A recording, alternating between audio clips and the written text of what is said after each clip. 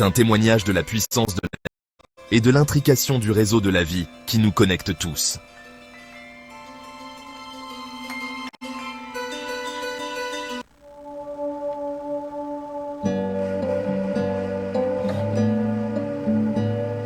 La savane est souvent appelée une mer d'herbe.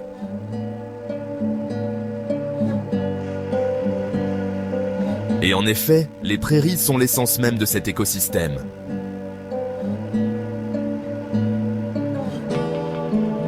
Elles forment une vaste tapisserie de vie.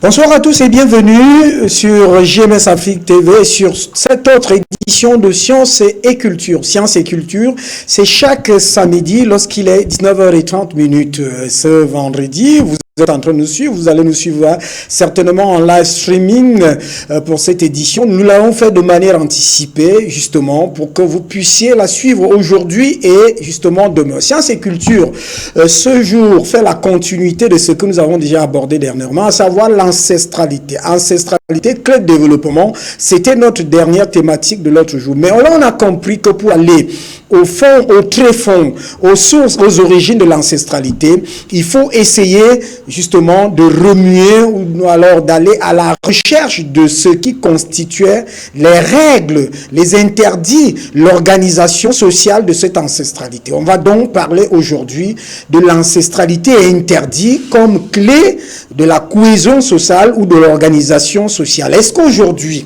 l'ancestralité peut justement être bénéfique par rapport à l'organisation de notre société moderne qui est une société hyper capitaliste? D'ailleurs, c'est pas moi qui le dis, il y a beaucoup d'auteurs qui ont écrit dessus en faisant savoir que la société actuelle, c'est-à-dire la société moderne, est arrivée au top niveau du capitalisme, le capitalisme inhumain. Alors, comment gérer justement cette société, ou bien tout au moins faire revivre l'ancestralité africaine qui, elle, se fonde sur le besoin d'humanité, le besoin d'humanisme et de communauté, mais qui aujourd'hui se trouve extraverti, pas extraverti, c'est-à-dire que ceux qui vivent en réalité ne sont plus en lien avec cette ancestralité. Voilà un peu la problématique qui nous engage aujourd'hui. J'accueille déjà docteur, ils sont deux, hein, ils sont là, il y a monsieur l'internationaliste et professeur des lycées, monsieur Elanga Joseph Thomas qui va nous rejoindre. Il y a déjà là docteur Linjom qui est écrivain et aussi professeur de lycée. Docteur, bonsoir et bienvenue. Merci, bonsoir monsieur Tundi. C'est avec un grand plaisir que je me retrouve encore sur le plateau de JMS Afrique Télévision et pour souhaiter un bon régal à tous les téléspectateurs. Merci. On dit bien des choses à nos présidents directeur général, Dr Luc Sangou, qui est derrière cet outil médiatique, ce support médiatique pour l'amener là où il doit être, c'est-à-dire qu'il commence déjà à se positionner, c'est-à-dire être un bien pour l'intérêt des peuples camerounais, du nord au sud, de l'est à l'ouest, des peuples africains et des peuples dans le monde. Alors, on parle aujourd'hui de cette ancestralité. Et je rappelle d'ailleurs que c'est vous qui êtes le consultant permanent de cette émission et qu'en réalité, vous êtes aussi le consultant en matière de culture, justement, et de sciences ici à GMS Afrique TV. On parle donc d'ancestralité ici. Nous sommes déjà à un deuxième niveau. Ce niveau-là, chercher à voir comment au niveau social, l'organisation sociale se fondait sur quoi? Sur cette ancestralité. L'organisation sociale était basée sur quoi? Alors, nous avons évoqué depuis déjà 2 semaines le concept de l'ancestralité pour faire surgir 2 paramètres, le paramètre biologique et le paramètre éthique, moral ou rituel. Oui. Et si nous sommes convenus que le paramètre biologique ne peut seul expliquer l'ancestralité, oui, nous avons dit le terme Mbambang, par exemple en Bamoun, les téléspectateurs vont nous excuser de toujours rentrer en pays Bamoun parce que L'objectif aussi, c'est de faire connaître les cultures africaines dans leur spécificité et surtout dans leur transversalité. Cette transversalité qui m'amène ce soir à parler de l'ancestralité en tant que norme éthique. Oui, en tant que norme éthique, oui. Morale, rituel, tout ce que vous voulez. Et pour le faire, nous allons encore partir du Tero Bamoun pour dire que le terme ancêtre en Bamoun veut dire, se dit Mbe Mbam. Mbe Mbam. Mbe Mbam. Ancêtres, ça c'est pour les ancêtres de deuxième génération. Les ancêtres de première génération, on les appelle que Mbembam. Ah, donc il y a deux types d'ancêtres. Il y a deux types d'ancêtres.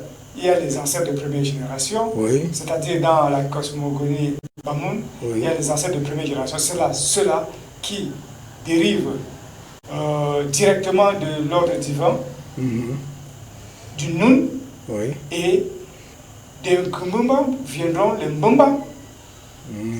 Oui, ce sont des ancêtres de deuxième génération. Deuxième génération. Oui. Et l'expression que peut-être pour mieux faire comprendre, la première génération, c'est qu'ils sont rattachés au divin, c'est ça?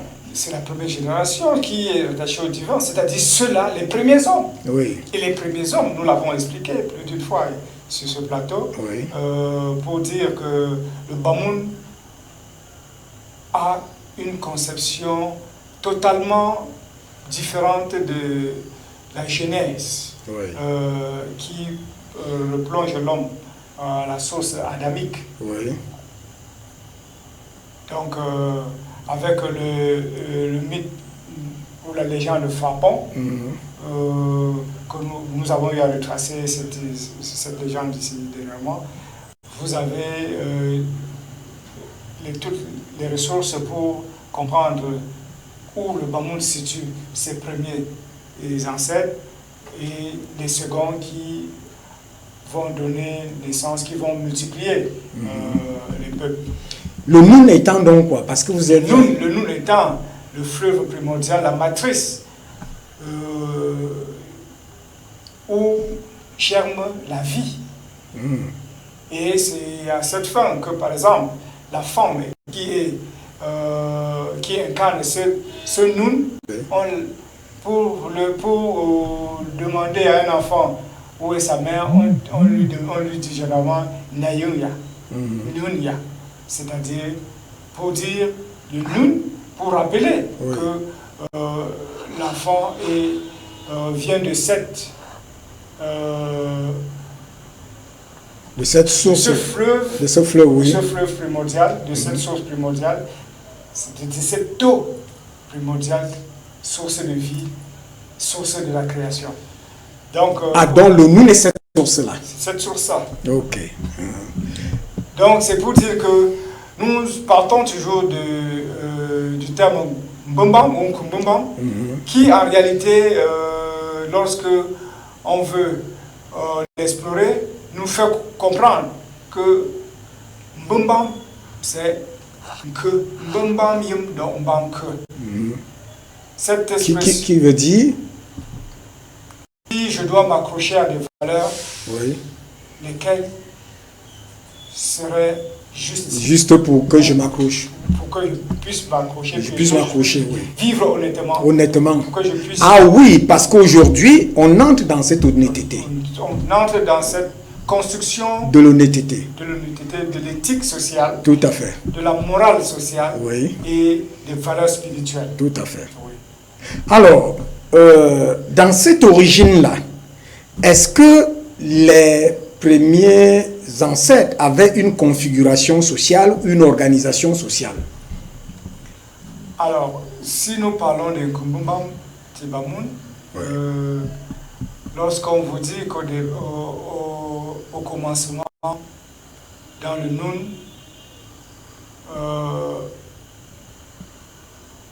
arrivait, disons, dans le Nun, parce que le verbe Nun était un verbe, Inune c'est-à-dire secouer, vibrer, pour dire que le Nun les eaux primordiales, Oui. par leur vibration, Oui, ont fait émerger les premiers hommes, tout à fait.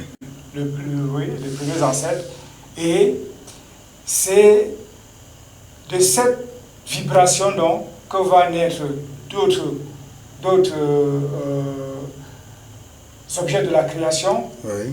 comme les montagnes, les arbres, et tout, les animaux. Donc, Vous avez déjà dit un peu plus haut que la vision du Noun, la conceptualisation de Noun et Bamoun est différente de l'autre, de la Genèse. donc, parce que, bon, sans vouloir expliquer, Oui, mais dans la conception Bamoun traditionnelle, oui, tout le monde ne vient pas d'Adam. Parce que c'est d'abord un personnage qui n'est pas connu.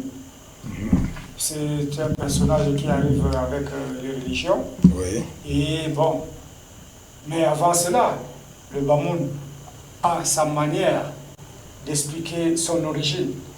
Son origine qui se situe dans le Noun, dans les eaux primordiales. oui.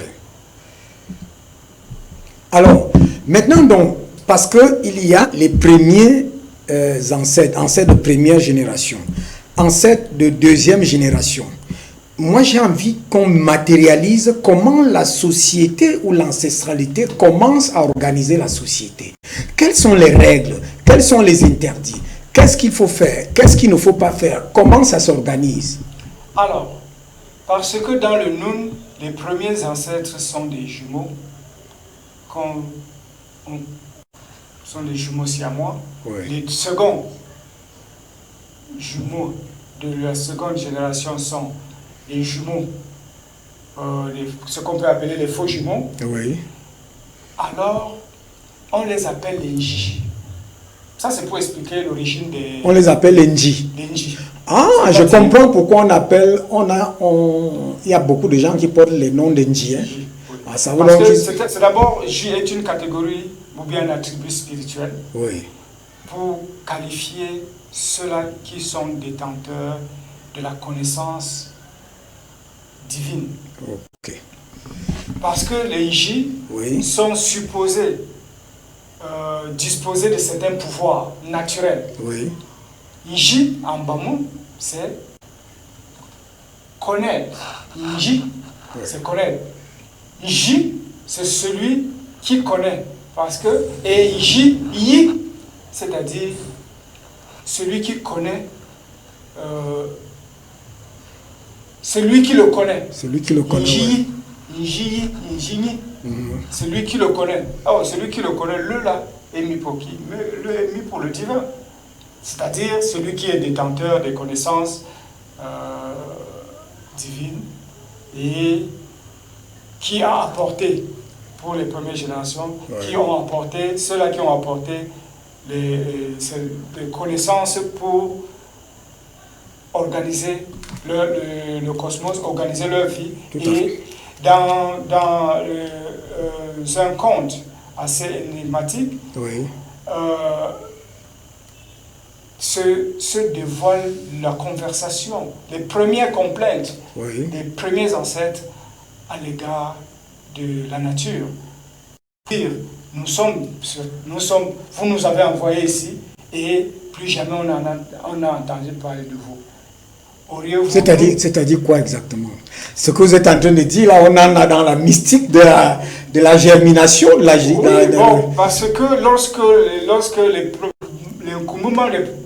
premières générations sortent du Noun et qu'ils se retrouvent dans le cosmos, ils sont coupés du divin et ils se sentent seuls. Et face à eux, ils ont une nature généreuse où les herbes poussent sans effort, où les animaux se multiplient sans effort, où mangent aussi sans effort, mais eux, ils doivent se battre pour vivre. Et comment ça, eux, ils doivent se battre pour vivre alors que tout est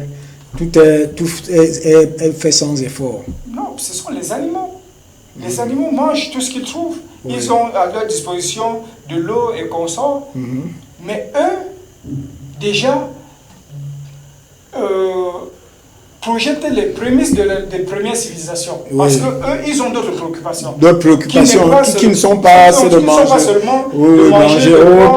Ils ont ok. le souci de la pérennisation De leur espèce, ainsi Ils de doivent suite. découvrir, ils doivent découvrir la sexualité. Oui, Ils doivent découvrir la sexualité. Et c'est de ces questionnements oui.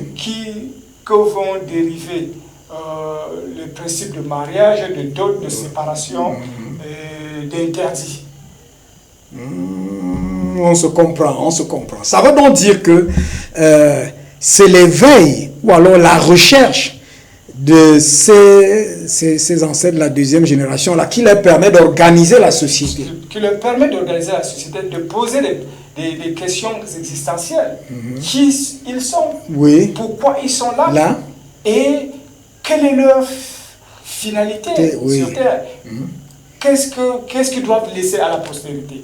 oui. Et dans ce questionnement, il intervient un moment où ils entendent une voix, celle certainement de leur divinité, Oui. qui leur dit, vous me cherchez partout, mais je suis en vous. Ah, vous me cherchez partout, je suis en Je suis vous. en vous. Et c'est pour cela que le terme pour exprimer le divin en bamou, c'est Nini. Nini veut dire partout à la fois. Oui. Ni, partout à la fois. Oui. C'est qui est le Dieu des 4 points cardinaux. Mais Nini veut aussi dire marcher et entrer. C'est-à-dire questionner et pour avoir les réponses à ces questions. Chercher, rechercher, ou bien chercher pour trouver des réponses. Oui. Oui. Donc, la société s'organise sur le souci, non seulement de la pérennisation, mais sur le souci de connaître soi, de savoir là où on est et de pouvoir évoluer. Et de pouvoir évoluer. Et c'est dans ce cadre-là que vont s'élaborer les codes sociaux. Ah, les codes naissent de là.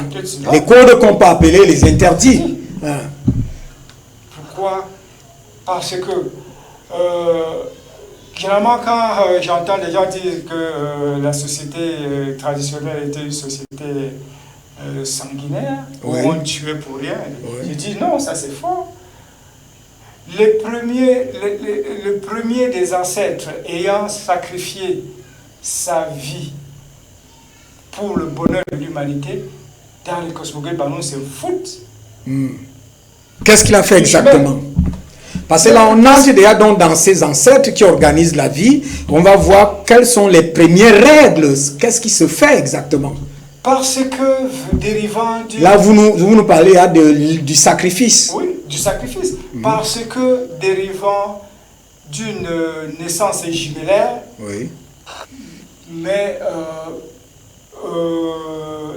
reliée par un tronc, c'est-à-dire nous avons Pharaon et Fou, Oui. qui sont reliés par un tronc avec 2 têtes. Oui. Il fallait les séparer.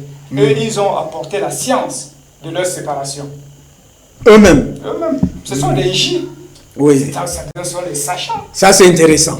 Ils ont apporté leur science la science pour leur séparation, et il fallait qu'ils se séparent pour vivre. Oui. Et c'est au cours de cette séparation, donc, cette opération, comme on peut le dire, Oui. que celle qu'on va dénommer Foot, parce que étant né, gangréné,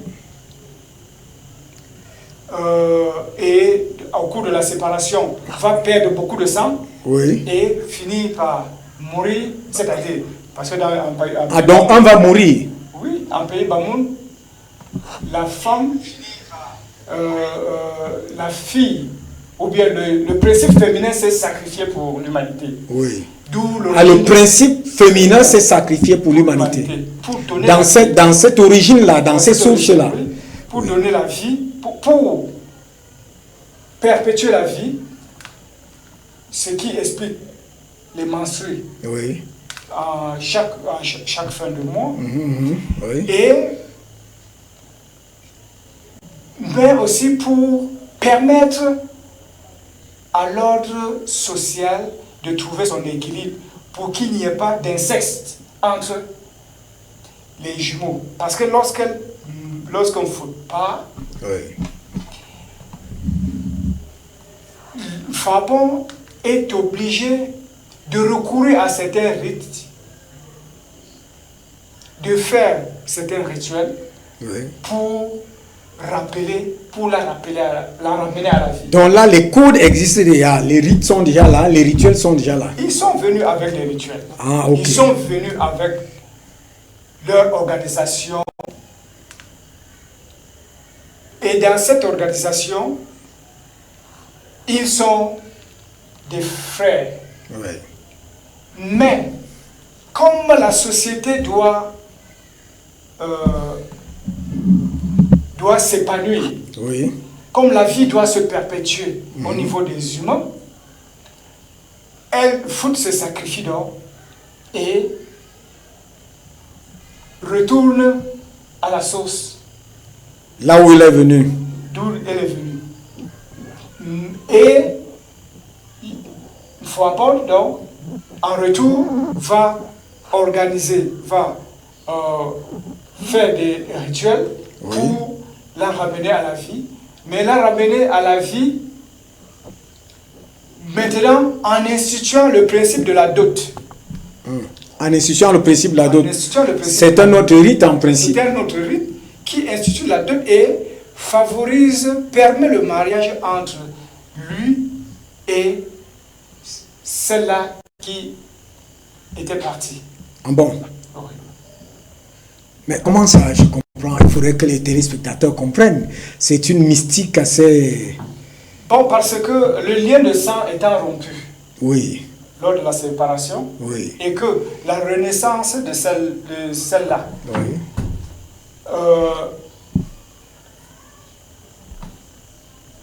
donne l'occasion de reconstruire oui. le couple, alors Fabon comprend que pour se lier à une femme, il doit payer certains tributs. Il doit faire certains sacrifices en termes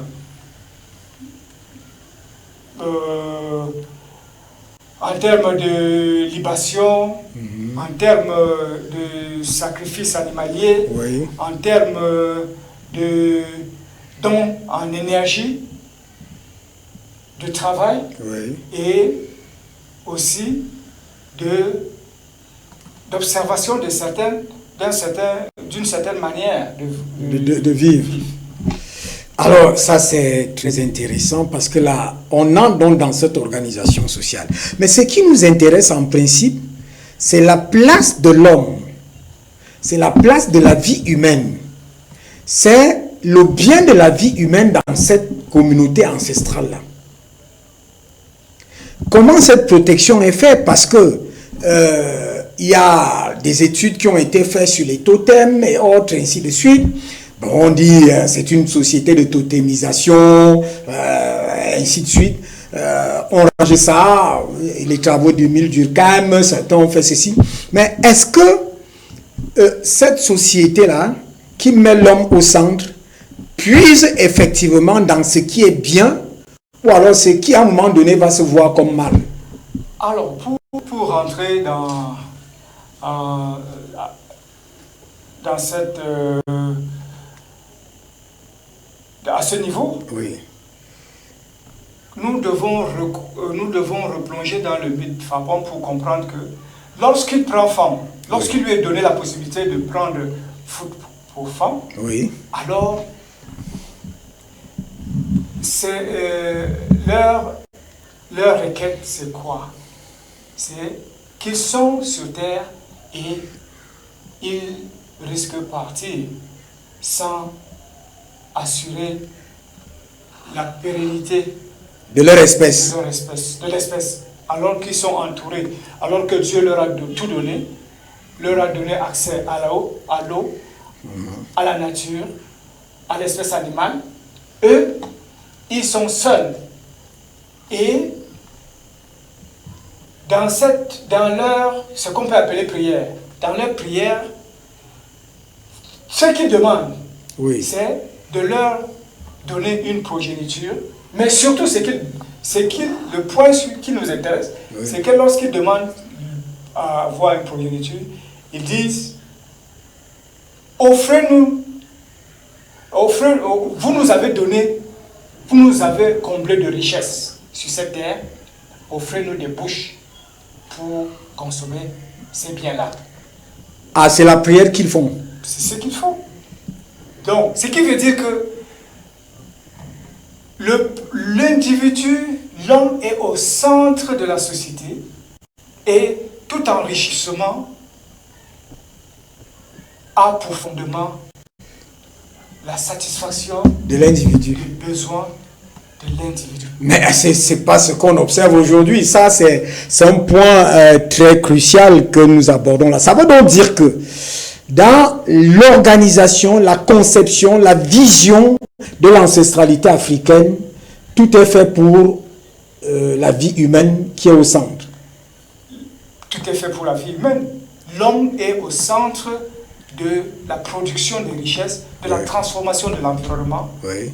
et des projections sans lesquelles toute la bataille, tout le travail que nous abattons au quotidien ne servirait à rien. Qu'on ait des enfants ou pas, on doit assurer la perpétuation de l'espèce. Que ce soit ses propres enfants ou pas. Pourquoi? Parce que, comme je l'ai expliqué, le terme Mbambam n'est pas seulement biologique. Oui. C'est un code éthique. Et généralement, lorsqu'on prononce, par exemple, le nom mystique des premiers ancêtres, le Kumbubam, on fait des libations. On fait des libations à la terre, Ouais. qui est une divinité. Cette libation n'est pas seulement à la terre, mais à l'eau elle-même, pour dire, nous t'honorons pour tout ce que tu apportes dans la vie des humains. Oui. Ça veut donc dire que la vie va se structurer à ce moment-là des manières de faire qui sont des manières normales en fait, qui ne sont pas frappées d'interdits, mais d'autres aussi qui sont frappées d'interdits. Alors les interdits, eux-mêmes ils vont édicter leurs interdits. Ah, c'est eux-mêmes qui vont édicter leurs interdits. Ils vont édicter leurs interdits. Ces interdits moraux, rituels, que certains observent jusqu'ici. Même matériel, hein, je prends même prends un exemple. Par exemple, avec la nourriture, on va dire que telle femme, en fait, si une femme enceinte, elle ne doit pas manger ceci. Peut-être dans une maison, si le père a ceci, personne ne doit... en fait, il y a des cercles, il y a des niveaux où on ne doit pas affronter, ainsi de suite. Il y a cet ensemble de choses-là qui ne sont plus considérées aujourd'hui, hein, mais on rentre d'abord dans la base là. Oui, effectivement, quand vous abordez ce point, cela nous permet de faire un distinguo entre les différents, ou bien de ressortir les différents interdits. Allons-y, ça c'est très important. Pour faire comprendre à nos téléspectateurs que les interdits, il y a des interdits moraux, il y a des interdits de détestation, il y a des interdits sociaux, il y a des interdits spirituels ou rituels. Et lorsque, dans une société, on établit certains interdits, ces interdits s'apparentent aux lois. Ah, les interdits s'apparentent aux lois. Oui. Ce qu'on appelle en Bamou, par exemple, Nkente. Nkente, ce sont les lois. Ce sont les lois. Donc, nous devons considérer des interdits, dont on dit interdits là, comme des lois. Okay. Maintenant, les interdits rituels sont des interdits qui intègrent la morale et qui intègrent le champ spirituel. Généralement, on parle de shop. Shop, lorsqu'on vous dit que votre mère est Ishop, pour vous, ou que la femme de votre frère ait choc. Ça veut dire quoi exactement? C'est un interdit. Ah, c'est un interdit. C'est un Ok. interdit d'ordre moral et même spirituel. Parce que lorsque vous transgressez cet interdit, vous avez des sanctions appropriées pour cela. Vous risquez même l'excommunication, on vous chasse de la société. En temps normal. Lorsque, or, nous pouvons fixer nos lois pour dire que les différents cas que nous avons, c'est que vous n'entrez pas dans la salle, dans une salle lorsqu'une femme est en train d'accoucher, Oui. pour certains, mais ce n'est qu'une prohibition ponctuelle. Parce que dès qu'elle sort, Oui, cette vous salle, pouvez entrer. la salle. Ça veut dire que il y a, à ce niveau, nous avons donc des niveaux d'interdit Oui. au sein de la société traditionnelle. On doit dire qu'il y a le permis et l'interdit. Vous êtes en train de nous dire que permis ou interdit, là, ce sont des codes, ce sont des lois. Ce sont des lois. Alors, la question qui taraude l'esprit de tous aujourd'hui, c'est que, à l'observation, en préparant cette émission, j'ai discuté avec beaucoup de personnes. À l'observance, la société traditionnelle africaine était une société ouverte au partage, ouverte à la charité, de manière naturelle. Parce que j'ai rencontré des gens qui me disent, mais attendez, avant les gens passaient, ils prenaient, on mettait les bananes, on mettait ceci en route, les gens mangeaient sans... Mais aujourd'hui, vous ne pouvez plus trouver ça. Alors, on se pose la question de savoir, est-ce que cette société traditionnelle africaine, ou ce cadre, ou cet élan qui a disparu parce que les Africains ont renié cela et ont rejeté. Alors, nous sommes partis du fait que, d'abord, la demande de parenté effectuée par les premiers ancêtres, c'était que les richesses dont ils bénéficiaient de la part du divin puissent être partagées par leurs progénitures. Ah oui, c'est vrai, nous l'avons dit. C'est la loi sociale, Oui. le partage. Le partage, la société repose sur le partage. Oui. Et c'est à ce titre que chez les Bétis, par exemple, vous aurez plusieurs types de vous, et où le vous, les vous Akuma, Oui. et les vous de la richesse, de l'enrichissement. Tout à fait. Et c'est la communauté qui transfère. Qui transfère ce cela. pouvoir-là. Non pas pour le bonheur d'un individu, mais pour la régulation sociale, pour la paix sociale, pour le partage. Tout à fait. Et ce qui veut dire que lorsqu'un individu, lorsqu'une femme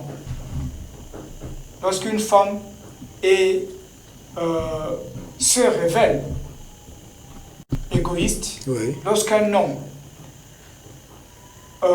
se dévoile être un homme égoïste, Oui. égocentrique, Oui.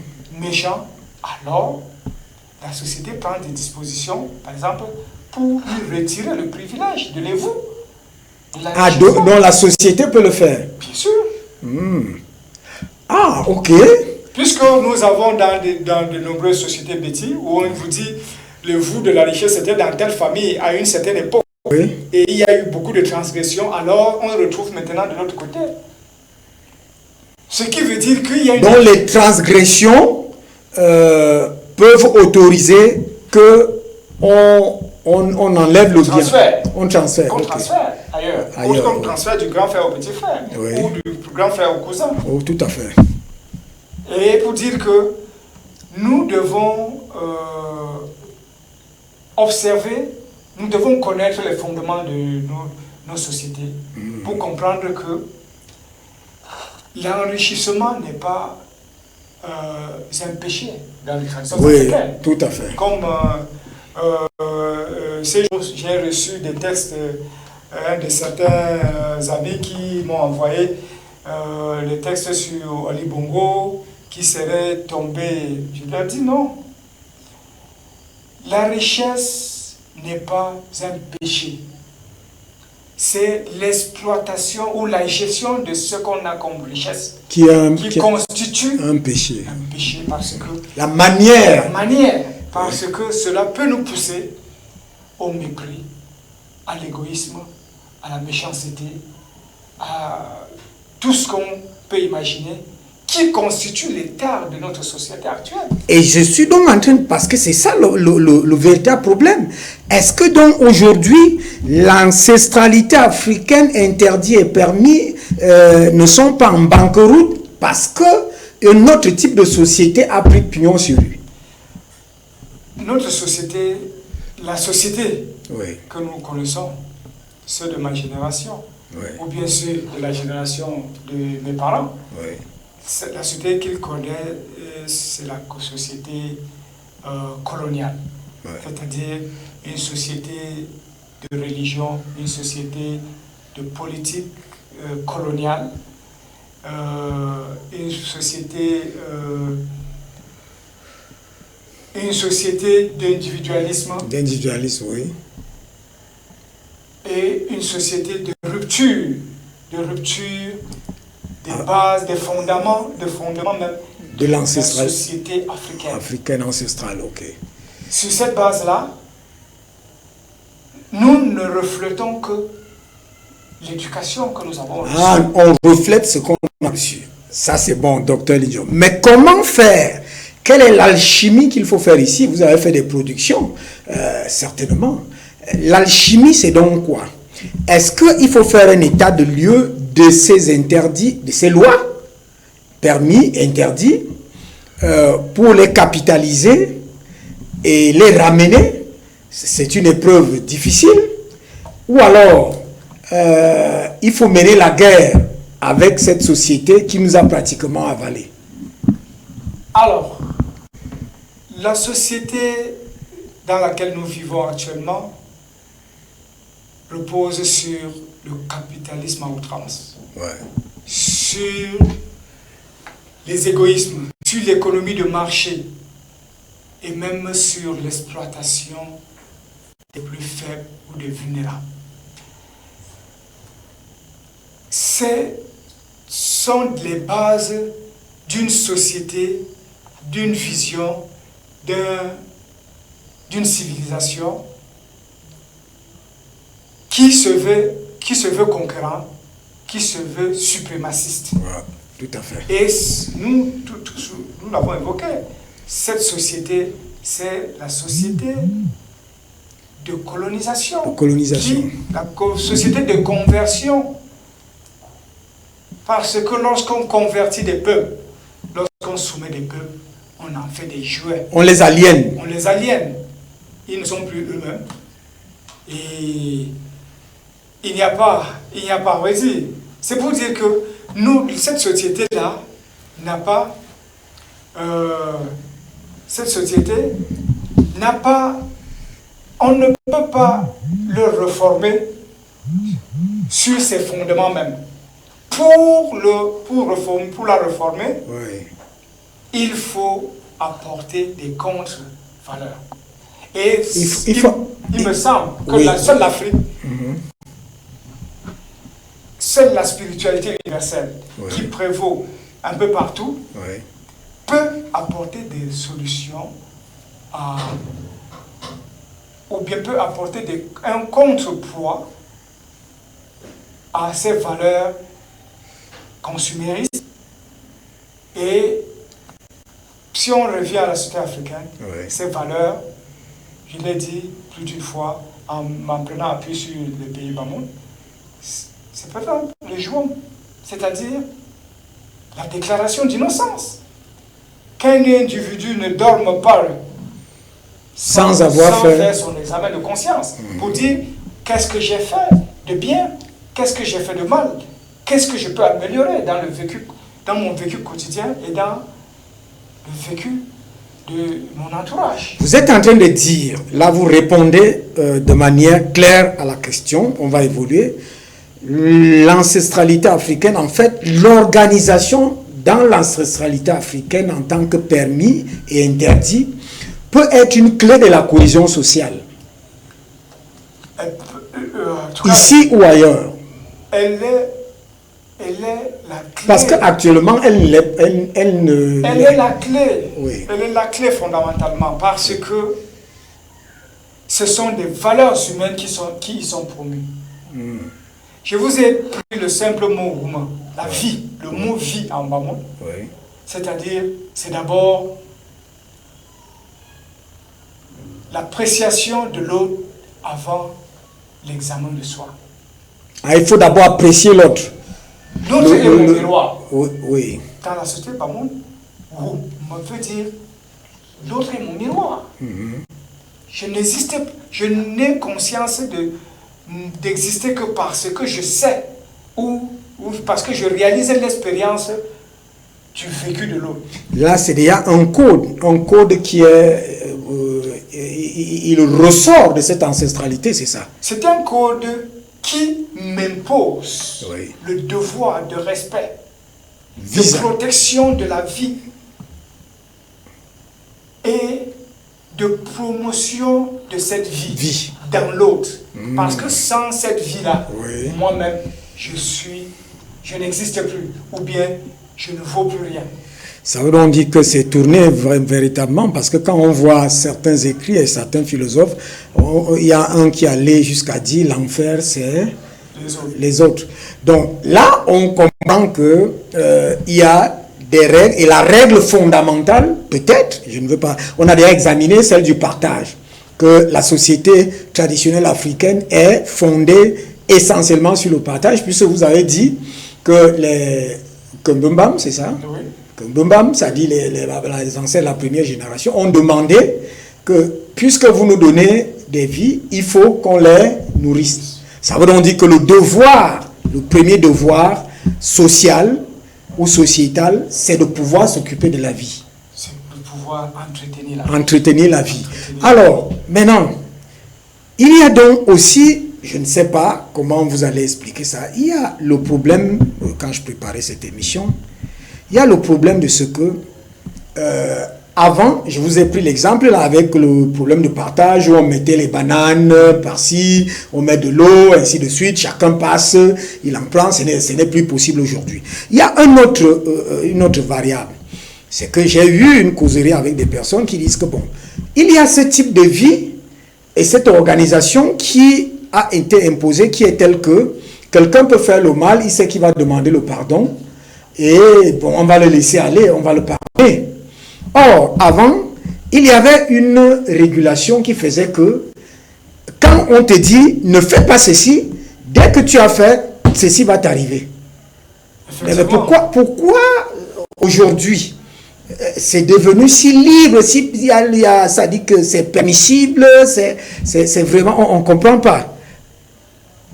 Alors, peut-être avant de répondre, on va prendre une transition pour revenir sur ce plateau et permettre, parce que j'annonce déjà là le deuxième consultant qui a certainement eu des questions d'embouteillage et autres dans la ville, il n'y a pas de problème, il est là avec nous. On va prendre une transition pour l'accueillir sur ce plateau, à tout de suite, on revient. Vous n'oubliez pas la question, à tout de suite. Minés avec leurs profondes racines,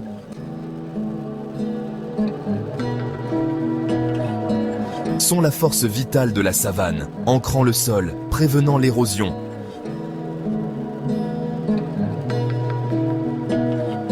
Et fournissant nourriture et abri à une myriade de créatures. Des minuscules insectes qui pollinisent les fleurs,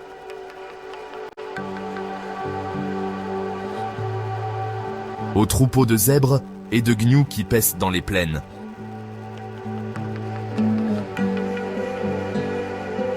Les prairies soutiennent un réseau trophique complexe.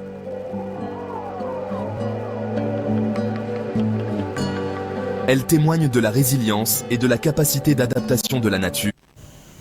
Nous sommes donc de retour sur ce plateau. Vous êtes sur Sciences et Culture, je l'ai dit à l'entame de cette édition. Nous sommes sur une deuxième édition. C'est un construit que nous sommes en train de faire. C'est un construit qui, en réalité, va même se projeter sur le terrain parce que le souci aujourd'hui, c'est de redonner le vrai sens à la communauté camerounaise, à la communauté africaine, aux communautés africaines, aux peuples africains. Alors, bonsoir, monsieur Joseph Thomas Elanga. Je ne rate pas le nom cette fois-ci. Non, bonsoir. Comment vous allez? Je vais bien. Beaucoup d'embouteillages dans la ville et les travaux. Oui. En fait, il y a des travaux qui vous ont bloqué là, qui vous ont empêché de... Bon, vous n'êtes pas volontairement en retard dans cette édition. Non, du tout. J'ai dû jouer des coups pour arriver ici. Merci. Alors, nous disions que il y a des gens qui observent que, par rapport à ce qu'on a vu un peu plus haut, que la société africaine était fondée sur le partage. Et vous-même, vous avez convoqué ça dans les sources et les origines. Et que d'ailleurs, il y a ces vestiges-là de ce que les gens pouvaient se promener, c'est-à-dire quelqu'un traverse des villages et villages, il mange, il boit, il n'a même pas de problème. Parce que tout est là et c'est donné. Mais aujourd'hui, ce n'est plus ça. Et les gens font le parallèle de ce que c'est parce qu'il y a une société, un type d'organisation qui est arrivé, qui fait en sorte que tout est permissible. Hein, on ne respecte plus un certain nombre de choses, c'est-à-dire que ce qui était même avant qu'on te dit, si tu as fait ceci, ceci va t'arriver, ce n'est plus possible. Comment, en réalité, cela est arrivé et quel est le remède qu'il faut? Alors, partons d'un fait pour dire que la notion de pardon est galvaudée. Galvaudé, pourquoi? Parce que l'on ne explique pas véritablement le fondement même, ce qui régit le pardon. Oui. Le pardon n'est pas pour effacer ou bien pour oublier l'acte ou le mal qui a été causé. Oui. Le pardon participe de la quête d'équilibre par l'agressé. Celui qui est agressé pardonne parce qu'il doit retrouver son équilibre. Okay. Pas parce que l'agresseur s'est amendé. Alors, ce qui veut dire que l'on a beau pardonner, tant que l'agresseur ne fait pas amende honorable, il est sujet de sanction. Oui.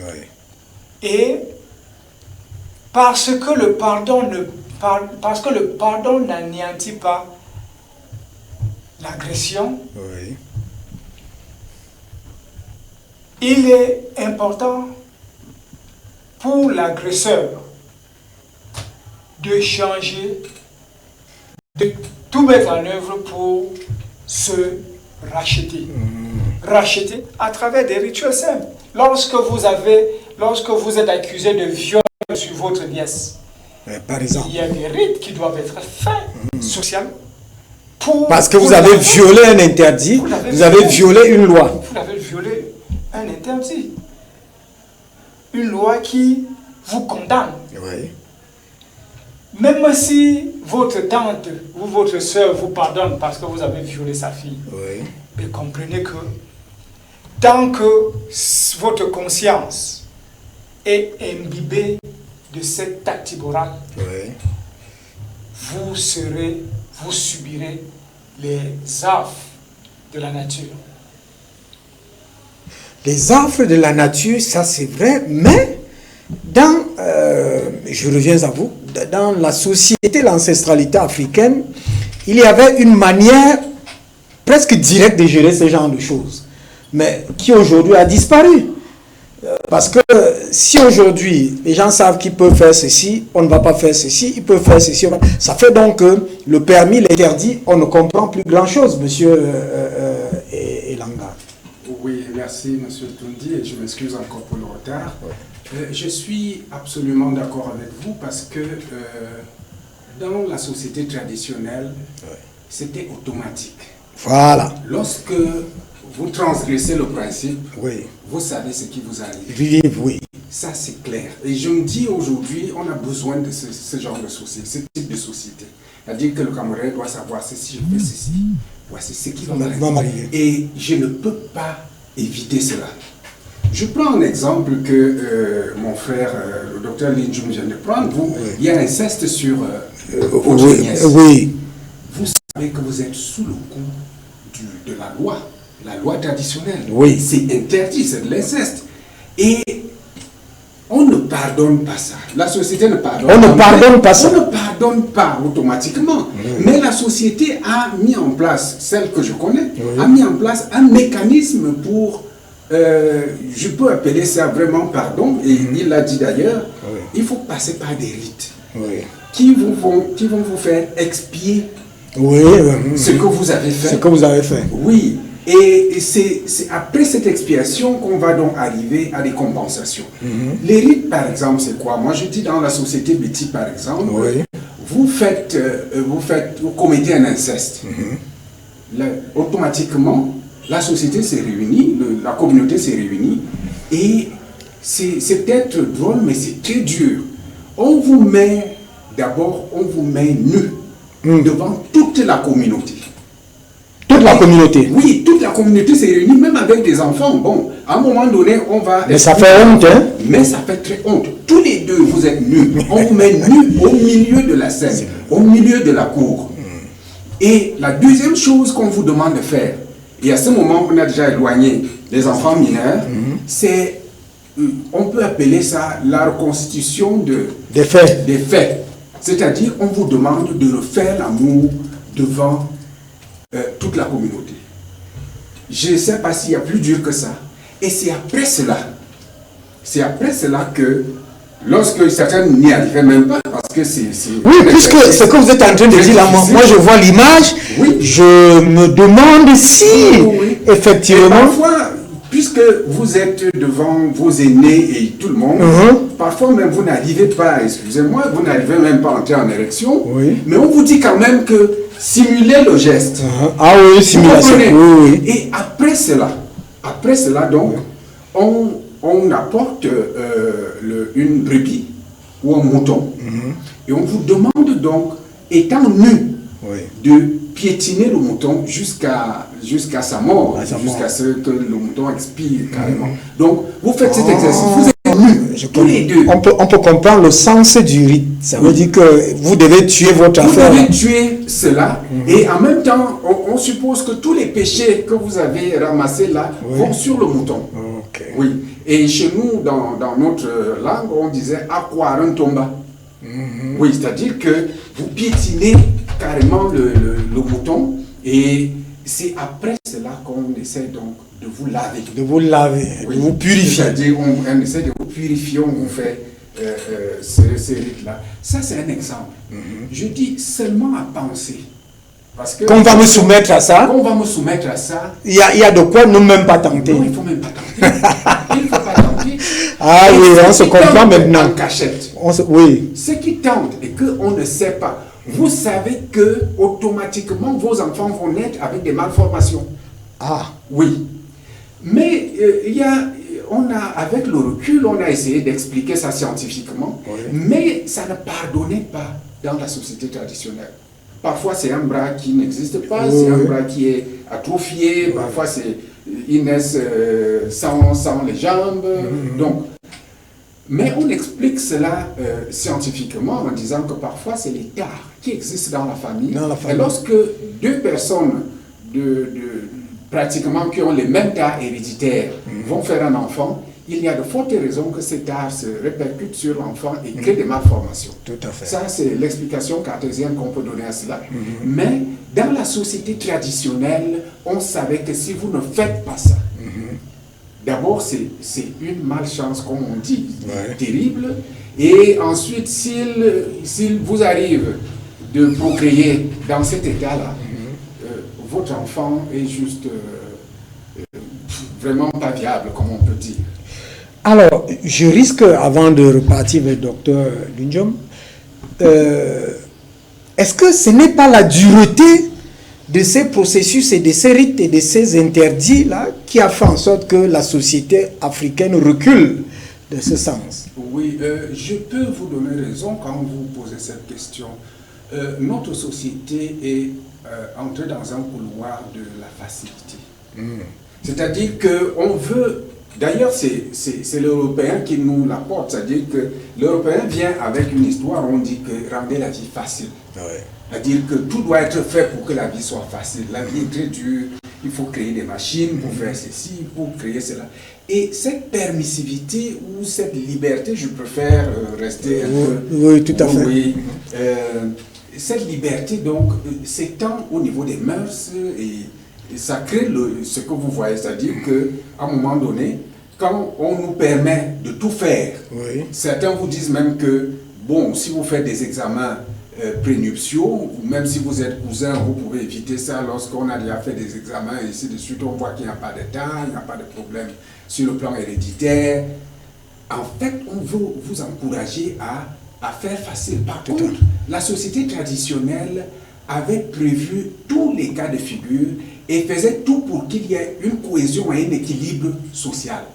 Ça fait que, à un moment donné, comme la loi était dure, Oui. les hommes, ou je peux appeler les citoyens, ou alors nos parents, étaient obligés d'être très disciplinés.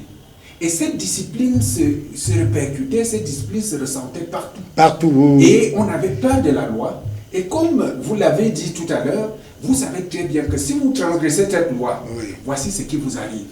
Et effectivement, ça vous arrivait. C'était des lois dures, mais c'était des lois qui protégeaient la société, qui préservaient un certain équilibre. Et aujourd'hui, moi je veux simplement que vous regardiez la société occidentale, la permissivité, le libertinage que la société occidentale a apporté s'est retourné contre cette société au point où certaines personnes sont devenues déviantes, dit carrément, ils croient qu'ils vivent en dehors de la société. Prenez également l'autre cas, le rapport parent-enfant. En Europe, c'est scandaleux. Vraiment scandaleux. Alors qu'en Afrique, lorsque le parent parlait, c'est un peu Dieu sur terre.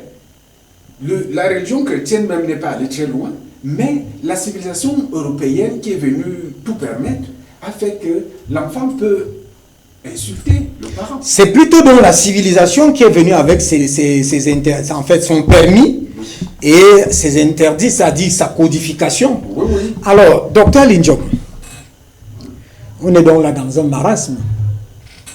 On cherche à sortir. Alors, si il fallait apporter des clés pour une sortie. Oui, pour qu'on reste dans cette lignée. Cette crise de valeur au sein de notre société, il serait de bon ton que la discipline, M. Langa l'a évoqué, que la discipline revienne dans la société, que la discipline, le sens de l'honneur soit capitalisé par les uns et les autres. Et surtout, nous avons des valeurs, nous avons parlé de Njouam, nous avons des valeurs éthiques qu'il faut dont il faut s'approprier, parce que là, ce sont des clés qui permettent aux uns et aux autres de vivre en harmonie dans la société, de construire une société, de permettre l'épanouissement de tous. Quand vous dites discipline, ça veut dire discipline contre l'état du laisser-aller, l'état de la permissivité. Mais on sait que dans cette société traditionnelle, cette ancestralité, dans l'ancestralité africaine, c'est des hommes aussi, ou alors des femmes, qui imposaient ça. Je prends un peu, comment on appelait ces livres-là, c'est vrai que c'est mélangé un peu avec l'islam, la ambiguë de Cheikh Hamidou Doukan, avec un grand combat, je crois, traditionnel et moderne, où en réalité, les gens s'affrontent. Et ils s'affrontent véritablement. Mais est-ce qu'aujourd'hui, c'est pas nécessaire d'avoir des gens qui portent cet idéal de société? Alors, comprenons d'abord que la société, ce sont les hommes qui font les sociétés. Seuls les hommes font les sociétés. Sans hommes, il n'y a pas de société. Il n'y a pas de loi, il n'y a pas de contrat social, il n'y a rien. Oui. Nous sommes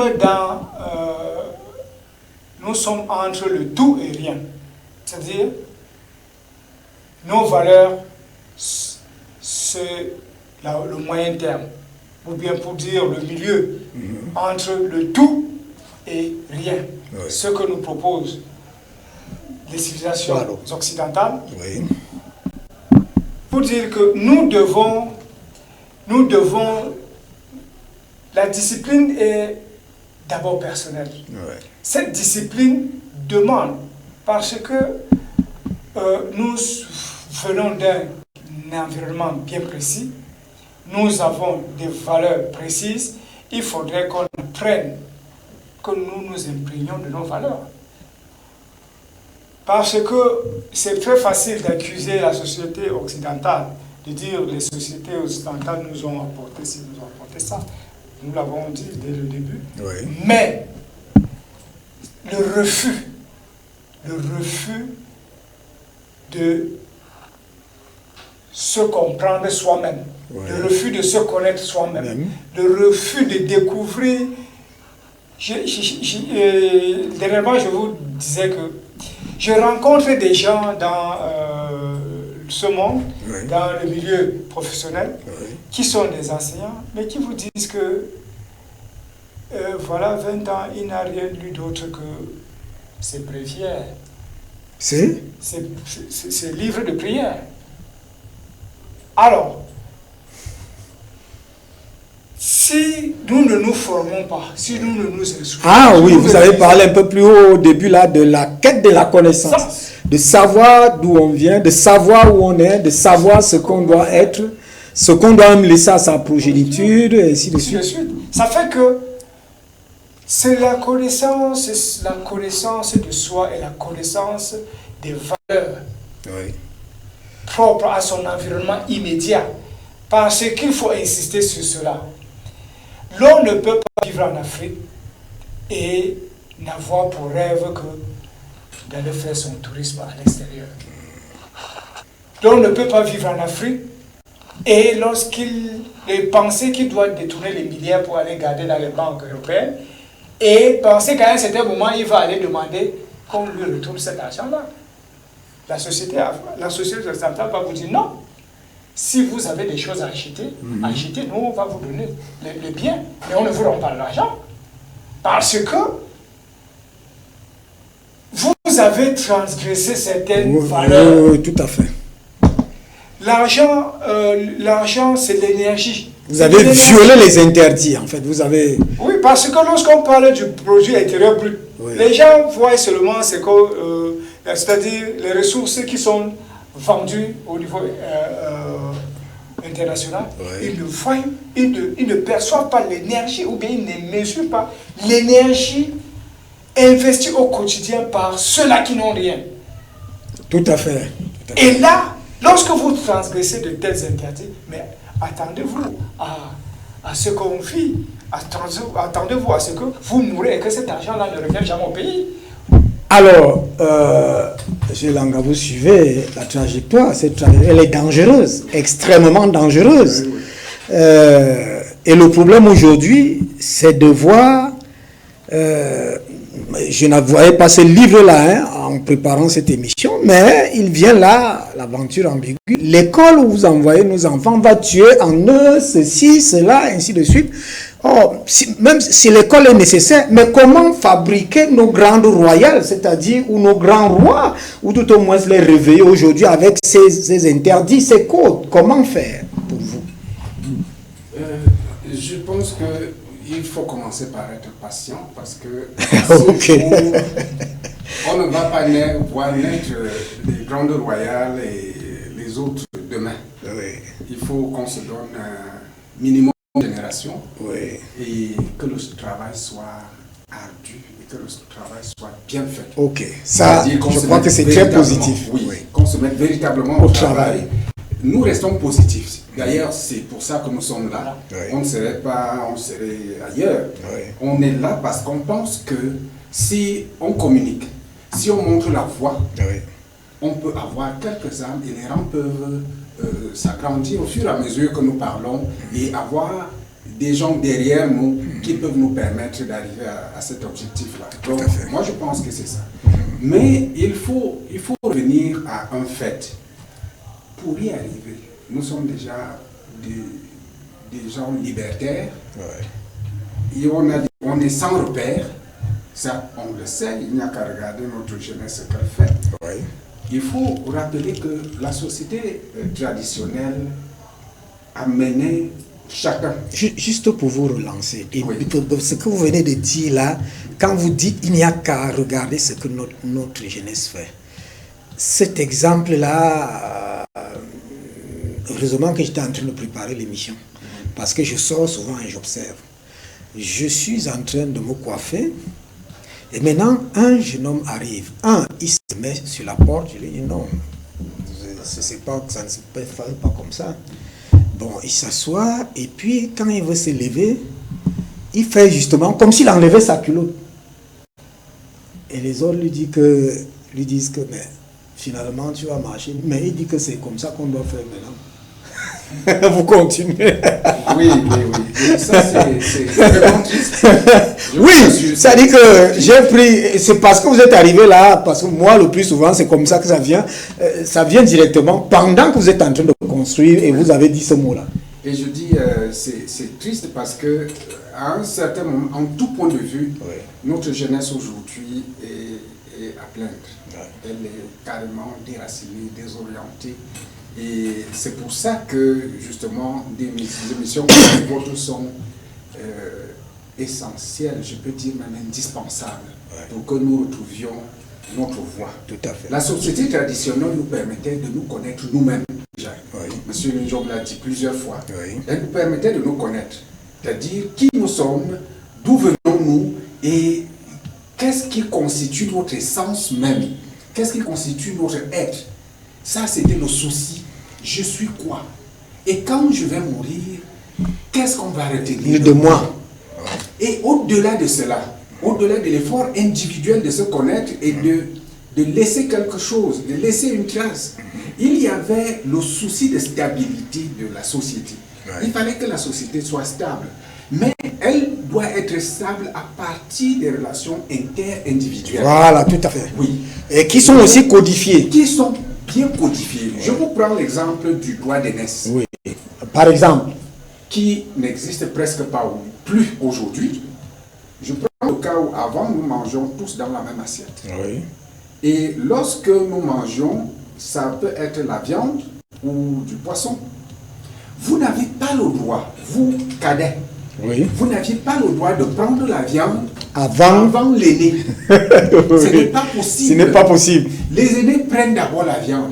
Et s'il n'en reste plus, c'est qu'il n'en reste plus. Qui n'en reste. Et parfois, c'est la mère qui se rend compte que Que- vous n'avez pas eu et qui va Qui chercher fait l'équilibre. d'autres ressources. Oh, oui. Oui. Mais l'enfant doit savoir Oui. qu'il peut arriver que lorsque les anciens se sont déjà assis, que lui n'ait pas Pas de place. plat de place, oui. Premier jour.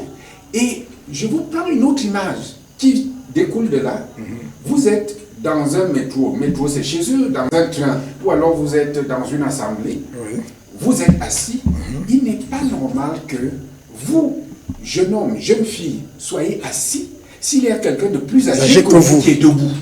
C'était impossible dans la société traditionnelle. Voilà un peu des interdits et autres qui... C'était impossible. Oui. Ça fait qu'il y a ce respect.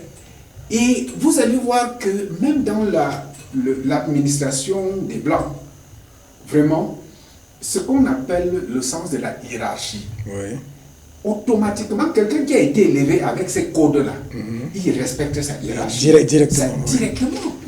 Il n'a même pas à se poser des questions. Nous, on ne se pose pas de questions. Automatiquement, on ne peut pas parler de je sais pas, il est comment on peut appeler ça, il n'obéit pas aux ordres, il est insolent, il n'y a même pas de Oui, tout à fait. C'est des choses... Parce qu'il est déjà moulé dans le respect. Il est moulé dans le respect des et vous voyez donc... Ancestralité africaine interdit clé de la cohésion sociale. Voilà, donc vous et voyez... peut-être même de la mobilité sociale. De la mobilité sociale. Vous voyez donc par ces clichés simples, oui. Vous voyez qu'il ne pouvait pas avoir de rupture dans la société. Tout à fait. On savait qui mène la société, les autres suivaient, et ce respect était observé.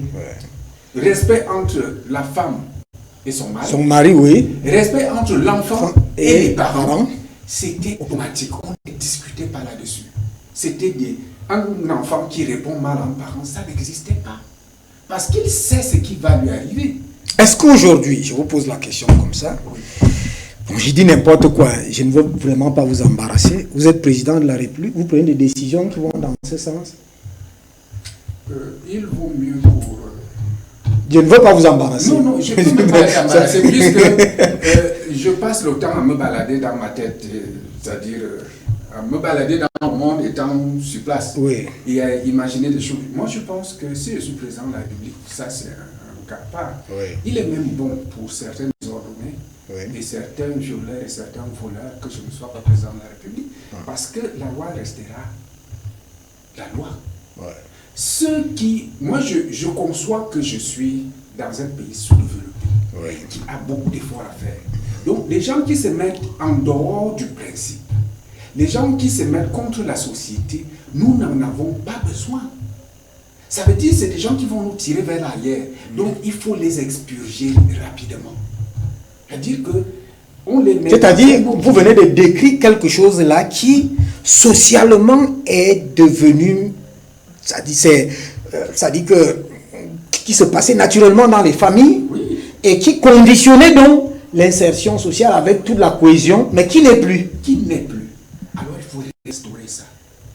Et même aujourd'hui, moi je dis, c'est le problème qu'on a aujourd'hui. Lorsque le président de la République prend certaines mesures, je prends le cas aujourd'hui, lorsqu'il prend certaines mesures, lorsqu'il a fini de faire son discours, quelques temps après, on va parler de ce discours pour lui faire plaisir, mais la réalité est tout autre. Personne n'observe cela. Personne. On rentre dans ce qu'on sait. C'est comme le 20 mai qui vient de passer. Il y a des slogans qu'on scande et tout. Mais dès que la cérémonie est finie, dès qu'on rentre dans le vécu quotidien, personne ne respecte plus. Je prends le cas du vol. Le vol dans la société traditionnelle. Voilà, par exemple. C'est-à-dire les gens qui détournent les fonds. Le vol dans la société traditionnelle, c'était... Je ne sais pas à quoi comparer cela. C'était... l'inacceptable. C'était l'inacceptable. C'était l'inacceptable. Je dis inacceptable. Ceux qui sont même proches de vous, c'est-à-dire ceux qui sont proches de ceux qui ont volé, qui sont en train de voler, et ils ont même honte, terriblement honte. C'est lui qui est voleur. Si on dit voleur, mais vous avez simplement envie de disparaître. Et il y avait autre chose. Mais ce n'est plus ça. Ce n'est plus ça. Le vol il faut simplement voler et ne pas se faire attraper. C'est tout. Aujourd'hui, mais il faut voler, tout le monde comprend qu'il faut voler pour survivre, il faut même chercher les occasions de voler. Or, dans la société traditionnelle, si vous volez, vous savez ce qui vous attend. La première chose, c'est qu'on peut vous lyncher. La deuxième, que les anciens se réservent, soit on peut vous excommunier, ou alors il y a un sort qui vous est réservé. C'est-à-dire qu'il y a des maladies qu'on connaît, qu'on vous plaque, ou qui vous viennent. Chez nous, on appelait ça Bilanda. Bilanda, Bilanda. Ça, c'est chez les Ewondo. Oui, chez les Ewondo, on appelait ça les Bilanda. C'est-à-dire que vous volez, je prends des exemples de la société traditionnelle. Tout à fait. Il y a quelqu'un dans ses pièges, et puis vous allez prendre le gibier. Vous venez avec ça, vous mangez. Quelqu'un sèche ses arachides, là, vous allez prendre. Toute forme de vol. À un moment donné de votre vie, vous allez constater que votre ventre commence à prendre du volume. Les pieds deviennent comme quelqu'un qui a des problèmes cardiaques. On dit que vous avez les bilanda. Oui. Dès qu'on voit ces signes-là, on te dit parle. Parle. Si vous ne parlez pas, c'est-à-dire que vous avouez votre faute, tant que vous n'avouez pas, On vous laisse. Et les anciens savent déjà ce que vous avez fait. On sait que vous avez volé, et pas une fois, pas deux fois.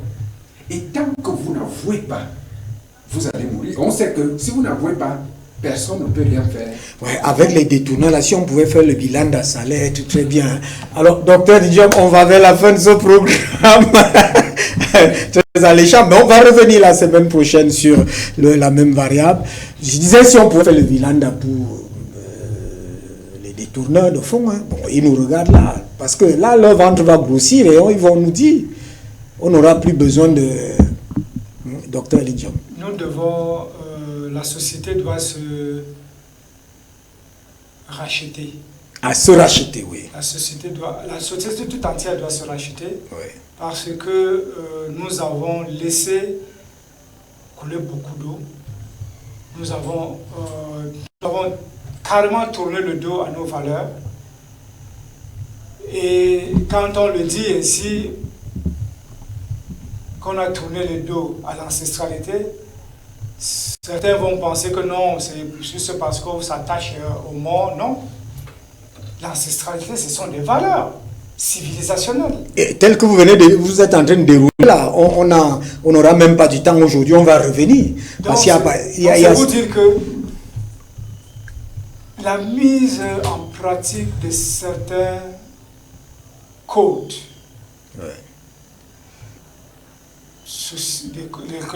les codes sociaux qui reposent essentiellement sur le modèle traditionnel, ouais, de gestion des relations, des conflits, pourrait permettre de réguler bien des choses dans la société. Pas seulement les détourneurs. Ouais. Vous avez des gens qui affament les populations, qui tuent impunément, oui, qui torpillent le fonctionnement de l'administration au quotidien, on les connaît. Donc c'est pour dire que, comme M. Langala dit, il y a la honte a foutu le camp, oui, mais aussi surtout la dignité, le sens de l'honneur, tout cela a foutu le camp. Et c'est ce que... Mais il faut faire revenir cela. Il faut faire revenir cela. Et nous l'avons expliqué ici. Oui, il a convoqué la patience, qu'il faut la patience et se mettre dans un travail profond. Puisqu'on va vers la fin de ce Il faut la patience et surtout il faut que les gens reconnaissent qu'ils font mal. Ah, ok. Cette remise en question de soi, ce questionnement des fondements même de nos actions au quotidien ce serait même le plus grand remède. Parce qu'il ne sert à rien de lancer des projets à travers le pays et qu'aucun projet ne vienne à... Mais puisqu'il a dit les voleurs, quand les gens volent, deviennent comme des souris. Alors, je vous donne la parole parce qu'on va terminer avec lui. Dites-moi un peu, vous n'êtes pas président de la République, vous êtes peut-être, je ne sais pas, une autorité culturelle ou un ministre ou quelque chose. Comment vous faites? Vous faites venir les responsables, les autorités traditionnelles, vous leur dites qu'il faut nécessairement qu'on rentre dans ce sens-là? Alors, je pense que la première des choses, c'est de constituer une base scientifique qui permette à la société de se reconstruire. Oui. Cette base scientifique n'est pas nécessairement écrite, oui, mais c'est d'exhumer tout ce que la civilisation africaine a apporté de bien à l'humanité, oui, et que nous connaissons. À exhumer ça et mettre ça au grand jour. Au grand jour, pour que les gens puissent savoir que ça existe. Lorsqu'on parle d'éthique, oui, lorsqu'on parle de respect, nous devons par nous-mêmes constituer des modèles dans la société. L'humilité, nous devons faire preuve d'humilité. Oui. Nous devons nous sacrifier pour ce pays parce que, j'aime à le dire, nous n'avons que ce pays et le pays, en Bamoun se dit Ngou. Ou c'est la totalité, c'est la divinité. Tout à fait. C'est ça. Et pour celui qui est spirituel, qui sait qu'il est là, doit œuvrer pour le divin, doit savoir que les premières réalisations, c'est sur cette terre, c'est dans cette république, c'est dans nos maisons, c'est dans nos rapports avec les autres. Alors, on termine avec vous, hein, Monsieur Elanga, Joseph Thomas. Vous avez parlé quelque chose qui me renvoie dans mon univers. C'est vrai que je ne voyais pas ça en préparant l'émission, les bilanda. Bilanda, parce que je connais le mot. Le mot, c'est que tu as volé et les mauvaises choses vont se verser sur toi. Et si tu avoues, on te soigne, tu n'avoues pas, on ne te soigne pas. Alors, le problème fondamental est même donc à ce niveau. Peut-être j'insiste. Est-ce qu'on peut reconstituer tout cela? Oui, je sais que c'est possible. Oui. Tenons déjà compte, je suis obligé de ne pas être très court. Je rentre à quelque chose qui est, dont parlait Tchekali Dokan à un moment donné, en voyant les modèles de développement de l'Europe. Et le modèle de développement, ce que lui il a appelé développement de l'Afrique. Tout à fait. L'Afrique se développe en obéissant à la nature. Voilà, tout à fait. Ça ne veut pas dire que nous restons sauvages, mais il y a des lois naturelles Naturelles. qui sont des lois universelles. Universel. Que l'Africain observe, parce que l'Africain est allé aux sources de l'univers, aux sources de la création, et il connaît ces lois depuis l'Égypte antique. Donc, l'Européen pense qu'il doit se développer en s'opposant à la nature, en dominant. On ne domine pas la nature. Il veut se développer en détruisant la nature. Ce grand désordre-là revient là. Merci. Voilà. Merci. Et c'est les deux modèles de développement, c'est ça que les gens doivent comprendre. Oui. Parce que nous mangions, on exploitait la nature, mais on savait également qu'il faut laisser quelque chose. On ne prend pas au-dessus de ce qu'on doit manger. Sinon, ça devient du gaspillage. Ah ben là-bas, ils jettent dans les poubelles. Hein. Oui, on jette dans les poubelles. Et parfois même, si on abat un arbre, on laisse les branches, on prend ce qu'on veut. Et alors que tout cela est utilisable. oui, le développement, donc, ça veut dire qu'il faut chasser la nature. Malheureusement, la nature, vous la chassez, elle revient d'une autre manière. Et elle se met contre vous. Et on est obligé aujourd'hui de revenir à la préservation de la nature. Si on avait suivi le modèle africain, on ne serait pas à toutes ces lois écologiques qu'on essaie de mettre en place aujourd'hui. Les changements climatiques. Les gars comprennent qu'ils ont échoué. Ils ne peuvent pas avouer qu'ils ont échoué, mais ils ont tout violé. Ils ont tout violé. Ils ont violé toutes les lois parce qu'ils en étaient même ignorants.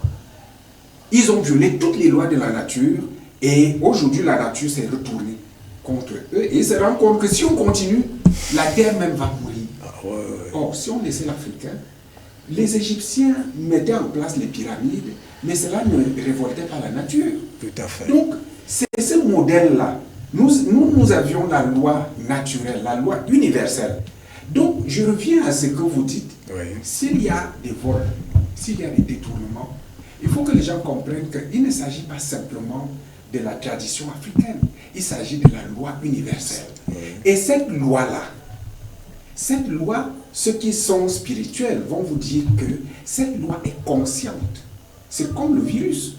La loi est consciente. La loi, c'est que tel a fait du bien. Ah oui, tel a fait, n'a pas fait du bien. Et la loi est consciente. Donc, on sait que celui-ci, M. Elanga a détourné, M. Linjou n'a pas détourné. Alors, il y a des mécanismes naturels, des mécanismes parfois métaphysiques qui se mettent en place. Parce qu'au fond de vous, il y a ce que les Blancs eux-mêmes appellent, quand ils étudient la conscience, le subconscient. Le subconscient sait que vous avez violé la loi. Même si vous essayez de vous convaincre que vous n'avez pas violé la loi, au fond de vous, il y a la conscience morale. D'autres appellent ça la conscience morale. La conscience morale sait. D'autres peuvent appeler ça l'âme ou l'esprit. C'est que j'ai violé la loi et ce n'est pas bien. Et en cela, vous levez une antenne qui attire des vibrations négatives, qui attire donc le courroux de la nature. Et la nature sait que vous avez violé. Donc, même si ce n'est pas ce qu'on appelle la tradition, d'une manière ou d'une autre, même si on ne vous fait pas les bilanda viendront. Parce que naturellement, vous avez attaqué la loi de la nature, vous avez attaqué les principes naturels, et ces principes vont se retourner contre vous. Pour petite preuve, hein, il faut vraiment que les gens aient peur. J'en veux pour petite preuve que ceux qui volent là,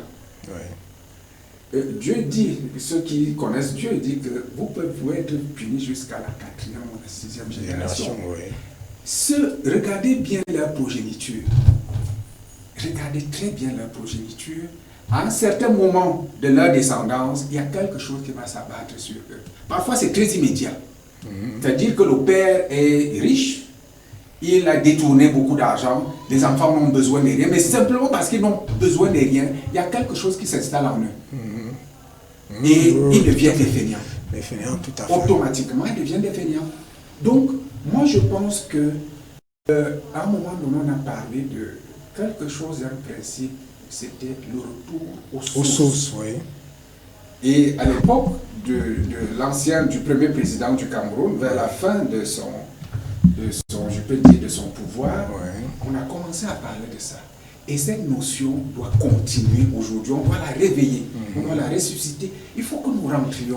Une des pistes, c'est le retour aux sources. Le retour aux sources. Que chacun rentre. Avec ce qu'il a dit, travailler une base scientifique. Oui.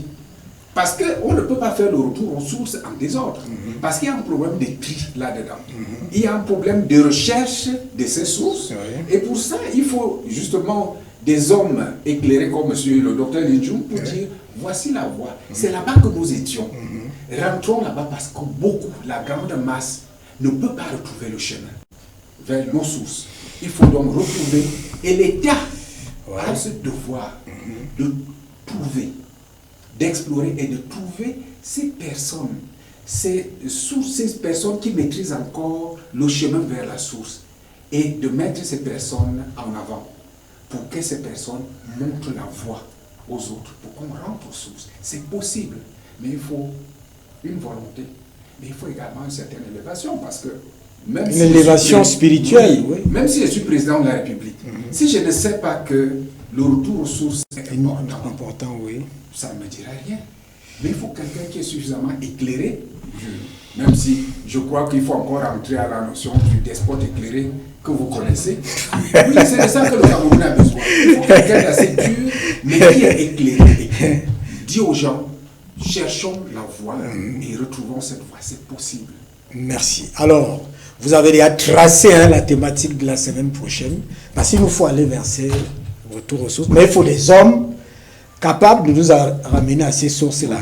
Que ce soit des hommes d'État, que ce soit des religieux, que ce soit... en fait, il faut les identifier. Merci d'être venu. Une dernière préoccupation. Oui, bon, je disais simplement que par rapport à l'identification des hommes, il y a du côté de Fouban, par exemple, toute la semaine prochaine, une célébration, une commémoration qui est faite autour du roi Njoya pour tout le travail abattu pour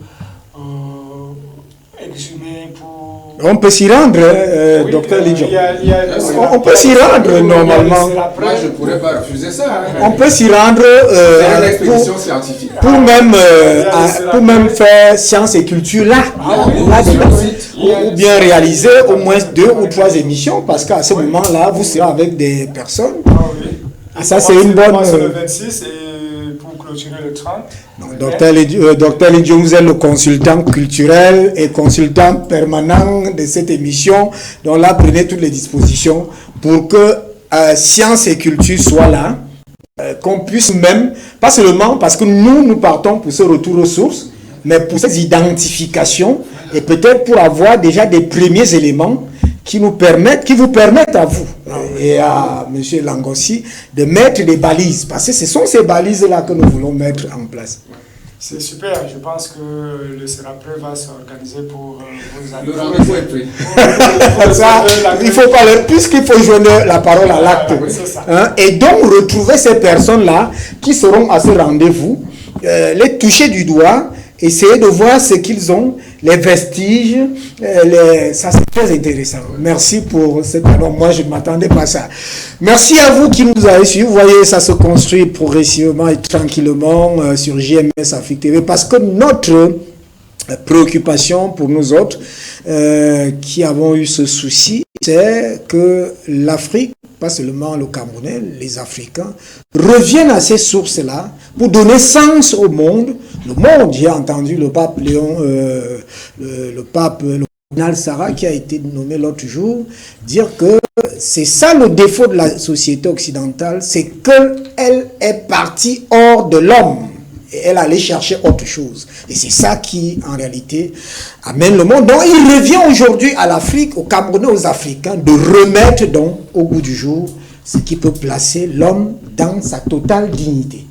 Merci de nous avoir suivis. Merci au jeune Brandon. Merci au président directeur général, Dr Luxango. Je crois qu'il sera très content de cet exploit parce que ça nous permettra de faire une bonne balise de ce côté-là. Et pour que, je vous l'ai dit, que science et culture est même quelque chose qui travaille sur le terrain. Je vous l'ai dit, en fait, à vous les consultants, vous allez réfléchir. Madame, salut, monsieur, bonsoir, à la semaine prochaine. Même dans le calme de la chaleur du midi, la savane, apparemment tranquille, cache des secrets et des dangers.